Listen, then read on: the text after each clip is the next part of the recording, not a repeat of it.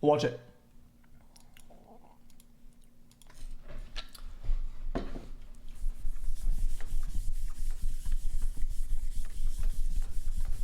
Guys, we watched all the juicer Vsauce ones. He just kind of stopped doing like those videos and made the like the Mindfield ones, which are really good too, but they're a little bit different. Hey, Vsauce, Michael here.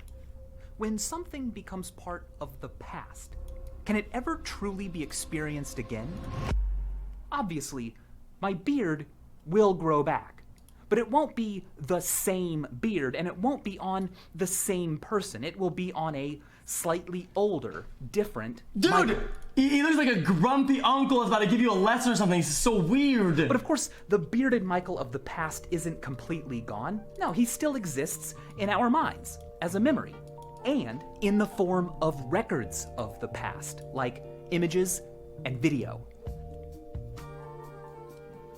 Hi. I'm the slightly older, different Michael you heard about. I am 130 days older than that guy. Wow, 130 days. You know, it really doesn't seem like it was that long ago. Just as an optical illusion is a distortion of our sense of sight, a temporal illusion is a distortion of our sense of time. Some seem small, like how a minute spent waiting in line can seem to take forever, but an entire day with friends can just fly by. Some seem deeper, like the uncanny feeling we get from recordings that make people from long ago seem more real than usual, or the strange way time seems to sneak by. Didn't I say this exact thing the other day when we were playing Rust? I said, holy shit, I've been farming for like 1 minute, and it felt like 30, and then a couple hours later, I said the exact opposite. I said, dude, we farmed for 28 minutes and it feels like we just started. For example, the songs I liked as a kid, Wannabe, Bop, Semi-Charmed Life, are as old to kids born today as the literal oldies were when I was born. How can that be true? Am I really that old now? I mean, I shouldn't be surprised. I know how time works, but yet I don't. Far from being just mistakes, these illusions are the edges of another dimension of space-time. What do you think? Not one given to us by physics, not one given at all, but one made by our minds. Let's begin with the different ways there are to feel time. Actually sitting down and consciously tuning into the passage of time as it happens is called feeling time prospectively.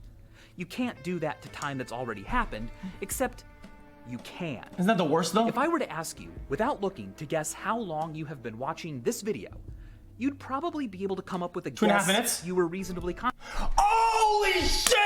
Fuck, I'm so good! confident in. Well, you arrived at that guess by feeling time retrospectively, by measuring it as it appears in your memory.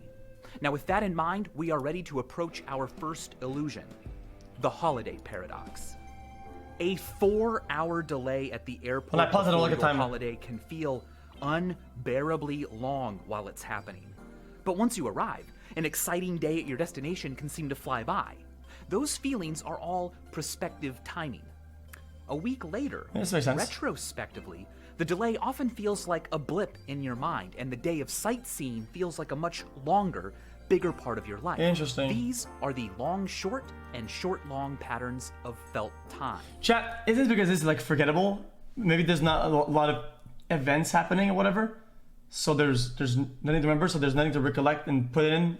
So these blocks, they kind of just go away. Which one you feel depends on whether what you are doing is empty or full. An empty activity is monotonous, unstimulating, sorry, I'm gonna stop unimportant. pausing then. Whereas a full activity is packed with sensations, novelty, significance, context change, and challenge. Now, I experienced this during my 3 days in isolation. While I was there, time dragged very, very slowly. That's The fear scary. I have right now is that it's just Friday, and that there's still a lot of time left. But now, years later, it's hard to believe that I spent 3 full days in that room? Jeez, it seems like something I barely did. Well, it's believed that prospective time feels fast when an activity is full because you're not busy thinking about time. If you're not attending to it, you're busy with something else, well, you won't notice how much time has passed. But to understand retrospective illusions, let's ask a different question. Does time speed up as we get older? Many of you may feel the same way. Looking back, my childhood feels like it lasted so long, but my 20s went by faster, and my 30s are going by even faster than that. A popular explanation is the proportion theory. It suggests that time seems to speed up as we age because each new unit of time that we live is smaller relative to all the time that came before.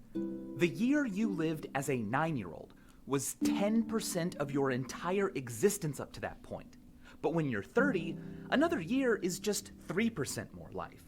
Studies have found little evidence that weeks, months, or even years are retrospectively remembered as passing faster by those who are older. But decades? Yes. And while it's true that the older we get, the faster we tend to think the last 10 years went by, that only appears to be the case until about the age of 50. After that, the speed of decades appears to plateau. A leading explanation is that how long a duration feels depends on how many things in it can be recalled.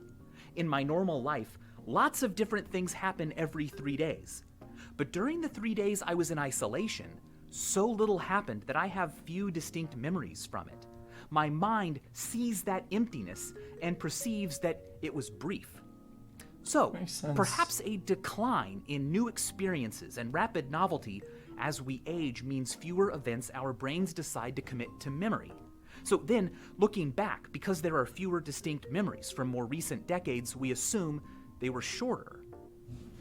You know, reflecting on all of this, it's striking just how many moments are forgettable.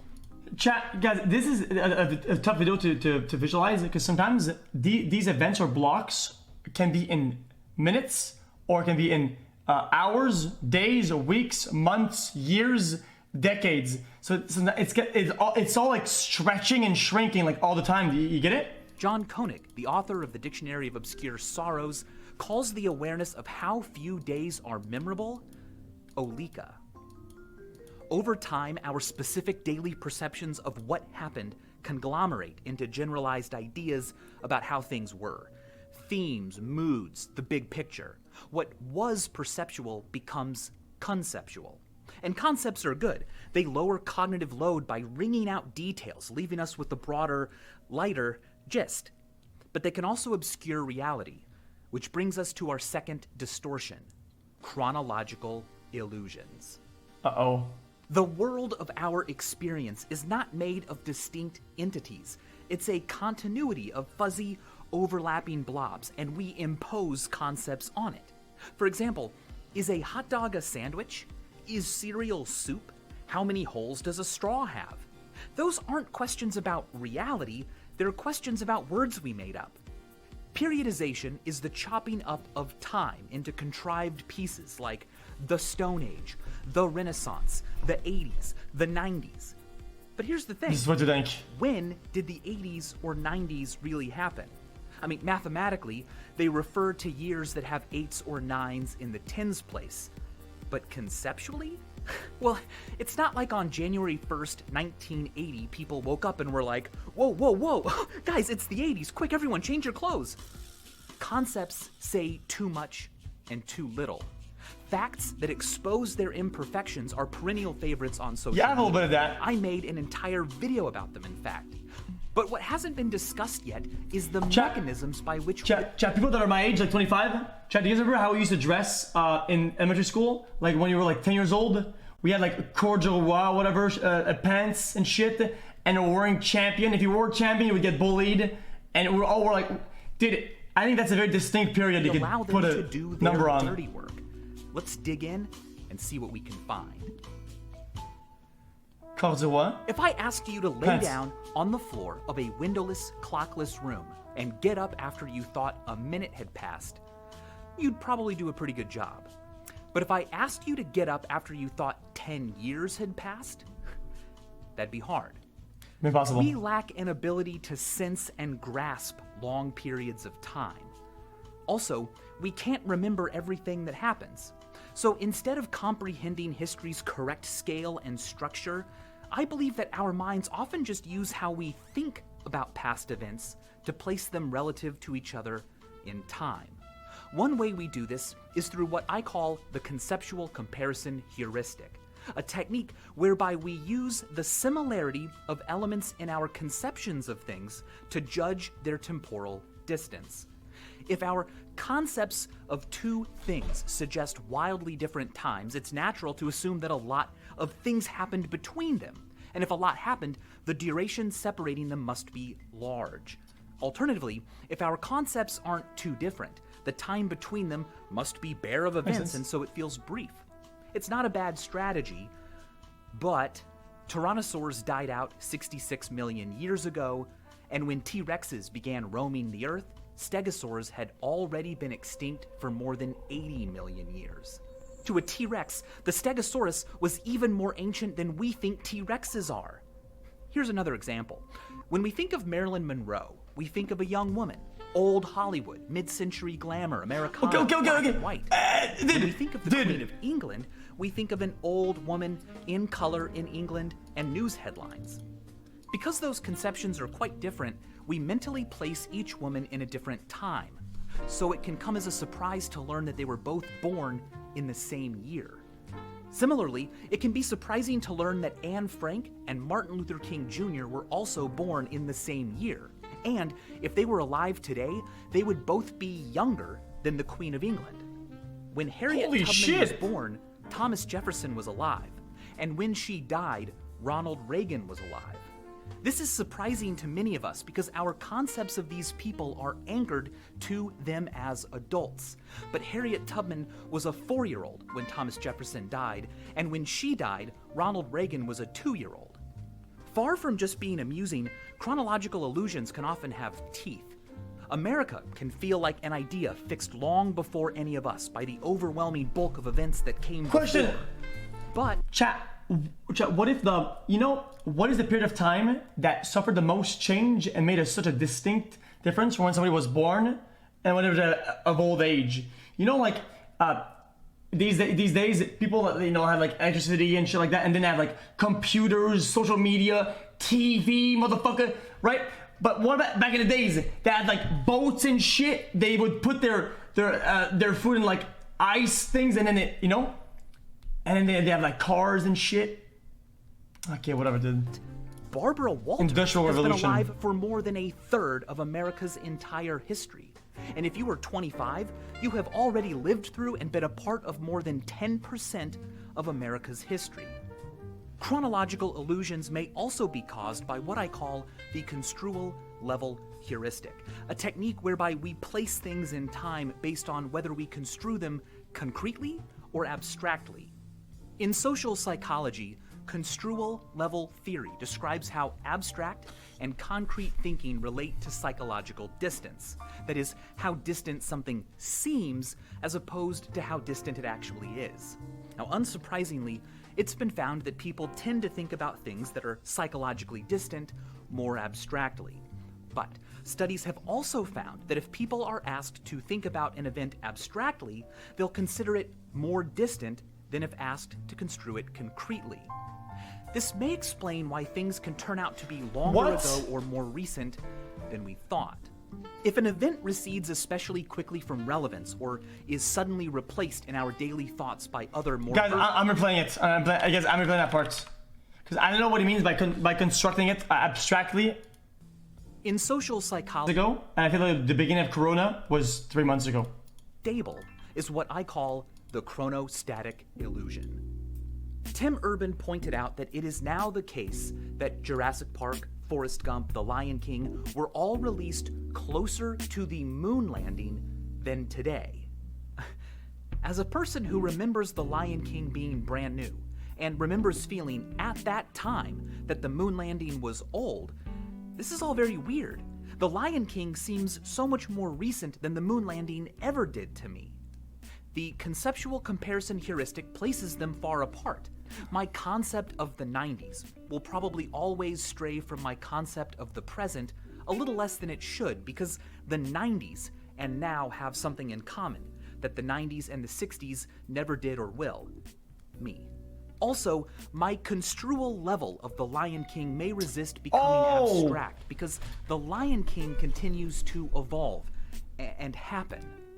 The mechanisms I use to place things in time have sunk hooks into The Lion King, creating a sort of chronostatic cling that fools me into believing it's more... What he means is that his experience, you know, whenever he spawns, things make more sense, and things that are old are harder to get a grasp of. The music that was new when I was young has also been tethered in my mind to the idea of new stuff only us kids get, even as it has actually been drifting away, as far away as the stuff I used to think was far. A chronostatic illusion is spectacularly broken when you realize that you have become as old as your parents were when you were born. It doesn't always seem quite right. They came first. Spectacularly broken when you realize that you have become as old as your parents were when you were born. It doesn't always seem quite right.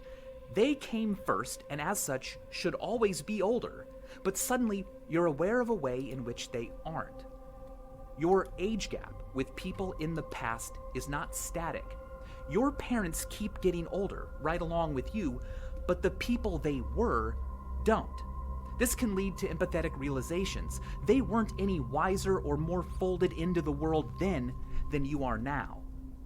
Considering the temporal perspectives of other people leads us to a fourth distortion, the chronocentric illusion. The belief that our own relationship to time is the best or only frame of reference. Yeah, but I'm not ready to have that children, it's more though. important and more real than any other. My grandparents used to tell me about how when they were kids, they didn't have television. And I always thought that sounded so weird. I mean, obviously, I knew it was true, but like, what the heck did they do with their free time?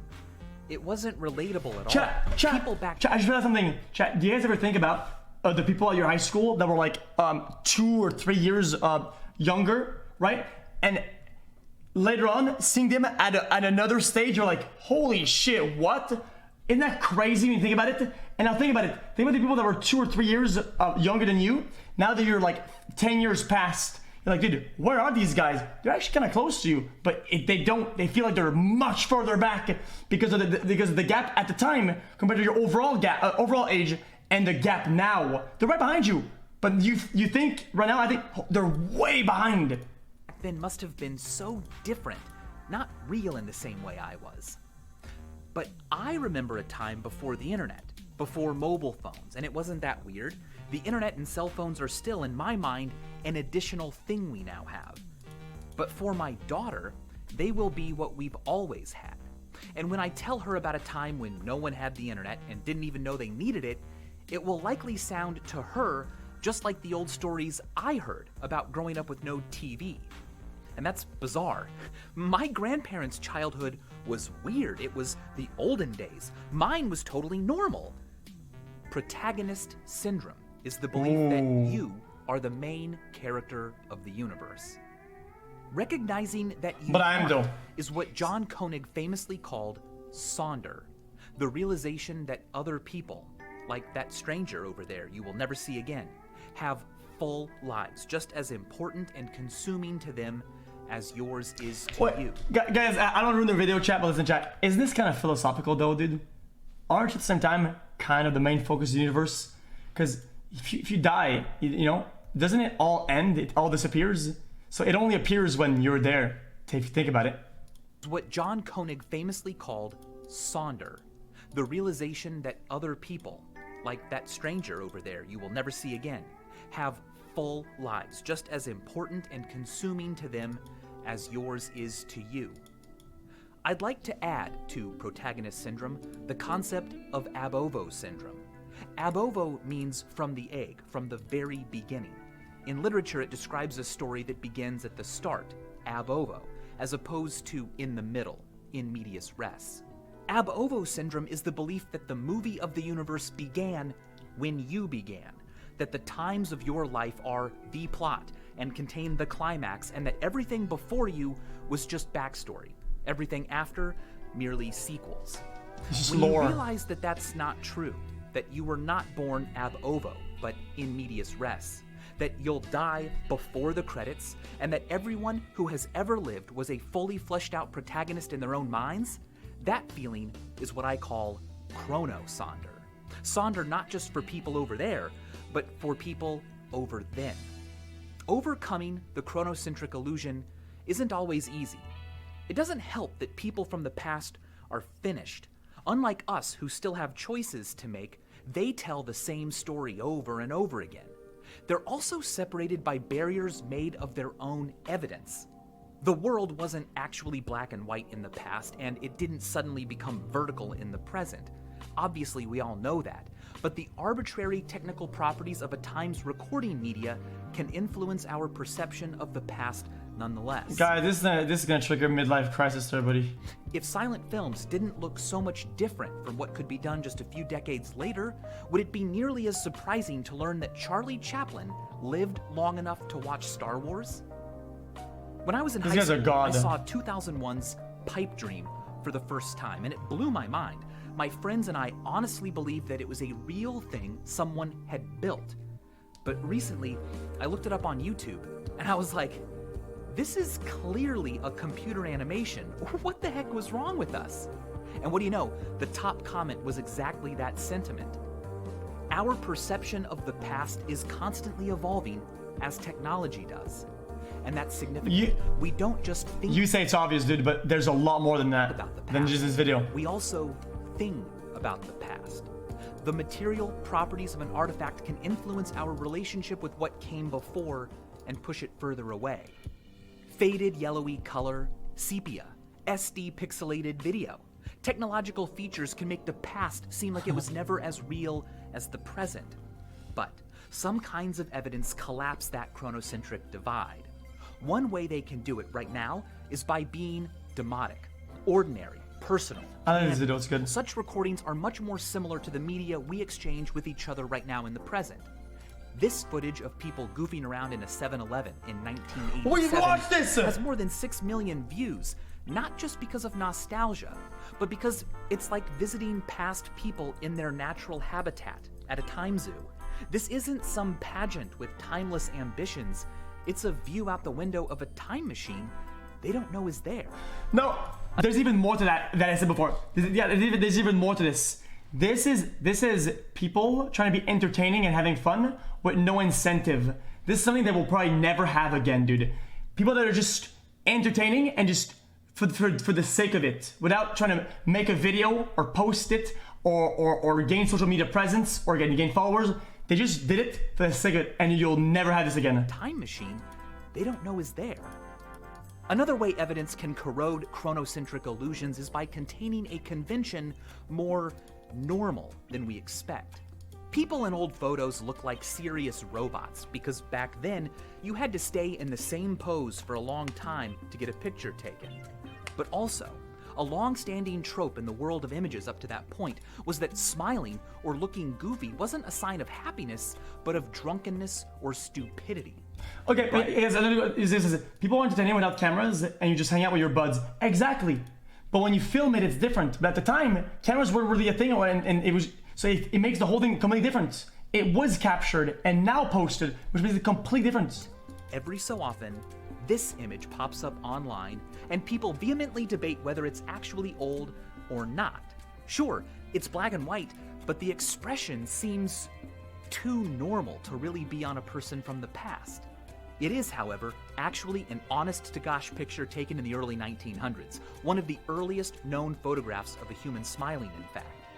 The juxtaposition of an expression someone today might make with a medium that suggests a technology of the past creates an opportunity for chronosonder. The subject is both dead and undead, gone, but not as unrelatably far as we may have thought the past was. Finally, the chronocentric divide can fade when we find the past captured in a medium that was rare at the time but more common now. This is footage taken by an early HD camera of New York City in 1993. It's pretty cool, but there's something almost uncanny about it. Yeah, this is weird. Watching it isn't exactly like time traveling back to 1993, but it looks more like video taken today than many of us expect. With costumes. It's like Peering through a telescope, we can see them, but they can't see us. They appear closer, more actual than usual. We lean in to get grasps of what it was like. That's part of the allure of time travel. As L.P. Hartley said, the past is a foreign country. They do things differently there. But it hasn't always been that way. What a jammer, dude. Time travel wasn't a common feature of What song is fiction that? until the 19th century. Not because people hadn't thought of it before, they had, but the past and future weren't rich with interesting destinations in the same way they are to us now. In the year 1008, it wasn't an insult to call someone 1000 and late. 1,000 years ago, the culture and technology around you was unlikely to be foreign to your parents, or grandparents, or great-grandparents. And outside of an act of God or gods, you didn't expect them to be foreign to your children or their children either. Thanks. 1,000 years ago, there were no 80s parties because the 980s weren't interestingly different. Pre-modern societies viewed the present as a continuation of the past. Changes were interpreted as temporary disturbances of the natural state. But today, we see the present as something special. Change is significant enough and rapid enough now that we would imagine ourselves quite differently had we been born 10 years earlier or later. Zachary Sayre Schiffman points out, we fail to realize that people before the 18th century did not see themselves this way. Instead of having a history, they regarded themselves as having an unchanging nature or essence, whose full realization might be impeded or impelled, but not otherwise shaped by events. Nostalgia existed. Chat, you know what's also crazy about this, chat? If you think about the past, when you were younger, you were smaller, everything looked bigger. So whenever you revisit those places, everything looks like so out of proportion. It's like this, like distorted, dude. Social change accelerate. The window of time within which things can be trusted to remain stable shrinks. In such a world, to stand still is scary. Hartmut Rosa observed, the pre-modern experience of being excluded is replaced in modernity by the constantly present, fear-inducing possibility of becoming excluded, in the sense of getting left behind. Things change faster, and we keep keeping up because we are afraid to die. Whoever lives twice as fast can realize twice as many worldly possibilities, and thus, as it were, live two lives in the span of one. Whoever becomes infinitely fast no longer needs to fear death, the annihilator of options. Acceleration becomes a secular substitute for eternity. To achieve this salvation, we try to make things faster and easier to save time. But one of the greatest hoodwinks we ever pulled on ourselves was not noticing that the things we do to save time leave us with less of it and more alone in it. No technological change is only technological. The car allowed people to travel more quickly and whenever they wanted, but once available, it meant people could live further from where they worked. So cities and towns changed, personal associations changed, roads divided neighborhoods, created new opportunities, while ending others. Jobs and industries and cultural forms of expression. I think a very good analogy for this is World of Warcraft and looking for raid and looking for a group. Back in the days, you had to walk there, you would meet people on the way there or whatever, and now you just wait and you click a fucking button and you spawn there with the whole squad. A whole different society sprang into existence simply because we found a way to move faster. Likewise, smartphones and the internet made information access and communication easier and faster, but that's not all they did. Along with them came new social conventions, new communities, new levels of exposure to ideas and conflict, a new understanding of what it meant to be available. That's a lot to have to adapt to. They even redefined what now is made of. Digital spaces are filled with not just what's being said, but also what has been said. And it's all right there, not tucked into a library across town or on a tiny plaque on a statue covered in bird poop. It's in our hands and outside of time. Things used to acquire signs of age, veneers that tucked them appropriately into their place in time. Now, they're automatically updated to always look like now. Digital spaces are so packed with timeless messages between bygone people that we don't even ask, is anyone here? anymore. Instead, we ask, is anyone now? In order to adapt to all of this, we have to consume information in an increasingly dehumanized, decontextualized, and desensualized way. Each next bit is often unrelated to the last. Our participation is not acknowledged or assumed, and it's all fed to us by machines we don't know and didn't build that only put it in our eyes and ears. The sheer weight of all of this accreting information and its growing accessibility is awe-inspiring. It may even be our purpose. I mean, what else produces such detailed records? Purposefully or not, we record, save, collect, organize, and preserve events like nothing else in the universe. I've said before that if humans were to— Shut up, Sorcha. Every time somebody says something scientific, I always say true, like I'm approving of a professional or something like that. But guys, it's not like that. I'm just acting like a chatter because I just say true because yeah. Extinct, the sun would still shine, the universe would keep expanding, Jupiter would continue being gassy, but the universe would lose its best autobiographer. But the technologies of this project have yet to address our bodies. Enter the TV paradox. Remember the short-long and long-short patterns of time? Well, a new pattern has been emerging and growing in frequency. Short-short. It was first observed in people watching TV alone. They reported feeling like time flew by quickly. Oh, wow, have I really been watching for 4 hours? But later, they didn't remember their TV session as a major moment of significant import or duration. They didn't attend to the passing of time during it. They didn't feel bored or like time dragged, but they also didn't accumulate a lot of new, significant, memory-worthy experiences. Rapid, stimulating streams of experience provide a fullness that makes time fly by, but fractured, desensualized, one-way experiences feel unconnected to ourselves and our larger life histories. Retrospectively, they don't fill up a lot of space. They burn our time on both ends. It feels shorter during and after.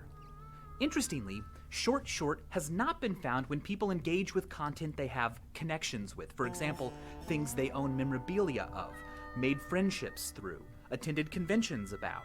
So the pace of life may be taking your life from you, but standing could give you your life back. In the future, we will surely find other ways to overcome the negative side effects of the faster experiences we crave. But standing could give you your life back. In the future, we will surely find other ways to overcome the negative side effects of the faster experiences we crave. The development of digital media that engage the other senses, more linked as they are with long-term memory, or that build contexts for us, could help. So could surgical solutions, like removing the parts of the brain that make us not like doom scrolling. Probably first, any anxieties— What's doom scrolling? Be recognized as a condition treatable with medication. Now, this is all to say that we live in a transitional period. The conquest of space made the world smaller, and now the conquest of time has made our lives smaller. We live after the conquering of time, but before its resurrection. In the meantime, make some time for time to control you. Guys, fuck, I got distracted. Fuck, I'm very interested in this. One more time. Has made our lives smaller. And period. The conquest of space made the world smaller, and now the conquest of time has made our lives smaller. We live after the conquering of time, but before its resurrection. In the meantime, make some time for time to control you. Be bored, miss out, fall behind, feel time passing. Lose track of time while experiencing only what your body can alone. You might not have the time of your life, but you'll have more time of your life. I'll see you next time. And as always, thanks for watching. Well, but that's what I did every day though.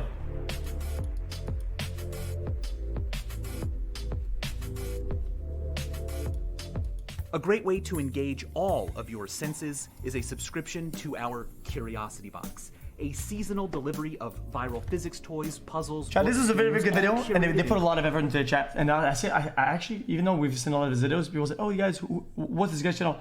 It's Vsauce, Michael here, Vsauce Michael here.